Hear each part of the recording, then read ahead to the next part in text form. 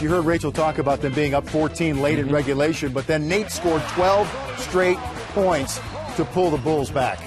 Mid-range game, off the dribble, between the legs, get fouled on the three, and then gets the crowd involved and is able to go to the line and drop 3 free throws. I mean, while he's bringing them back into the game. And then this is what I really like. It's like a short game, his pull-up over the 7-footer, and then he denies on defense. He's playing all facets of the game right now. He's totally engaged. He's got his team locked in. Look at Thibodeau on the sideline. And now as he comes off the pick and roll, hits Boozer. Most guards in this situation, they pull up in the lane and they take the shot. They take the hero shot. Nate passes to the open man, and he just had a great game. How big was this play right here out of the timeout? Baseline drive, baseline drip, going for the win at home. Yes, and the follow-up by Noah. I mean, the baseline drive, baseline drift, was a great play. And then the Nets got what they wanted here. Darren Williams got himself a shot. It just didn't go. And what a great play by Jimmy Butler on the offensive rebound. Great call, Vince, because a lot of guys give up on the play. You're so worried about boxing out and not letting your man get it. Jimmy Butler understanding time and situation. So we had to overtime, a 14-0 run. Eventually tied the game. We went to OT, and then it was Nate again. I mean, just going wild. They couldn't stop him. Darren's chasing him.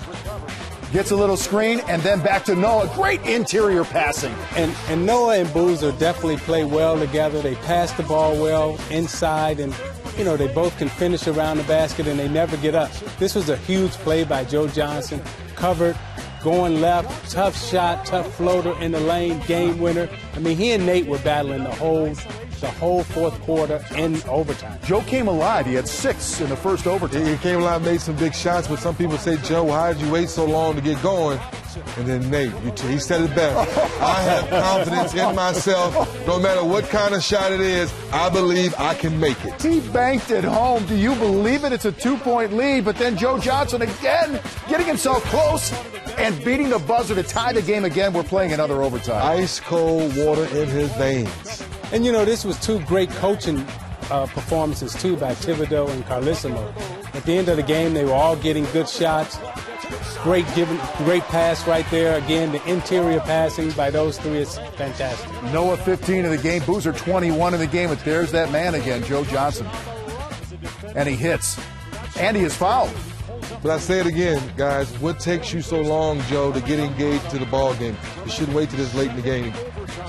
Chicago with the 1-point lead, and that was big. That's a 6th foul for Nate Robinson. He's out of the game, and a lot of people in Chicago had that kid's reaction. Hands to the head.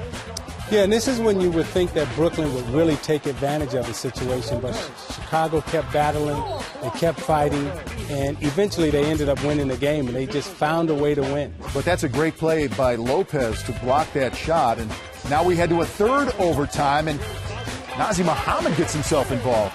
The old Chicago kid again. Nazi's got all the moves. He's a great rebounder, great interior player.